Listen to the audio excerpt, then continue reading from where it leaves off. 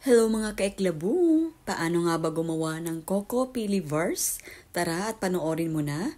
Meron ako dito 2 cups na unsalted na butter. Dapat naka-room temperature na yun yung butter. Maglalagay rin tayo dito ng 1/2 cup na granulated sugar at 1/2 cup na brown sugar, 1 teaspoon salt, 1 tablespoon vanilla extra. At pagkatapos nga, halu-haluin na natin ito ng mabuti. At pagkatapos nga, ilagay naman din natin dito yung ating 10 na egg yolks. Bali, large size yung ating egg yolk dito. Maglalagay rin tayo dito ng 1 cup na condensed milk. At kapag kalagay nga natin ng ating condensed milk, dapat super smooth na yung ating mixture dito. Parang ganito na yung magiging itsura niya. Next naman na ilalagay natin yung ating 4 cups na pili nuts. So, ilalagay lang natin yung pili nuts dyan.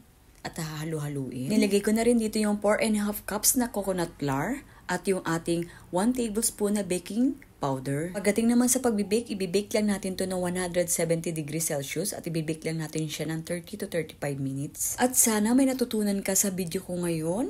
Salamat po sa panonood. Sa uulitin. At ito na nga yung ating Coco Pili Verse. Yum!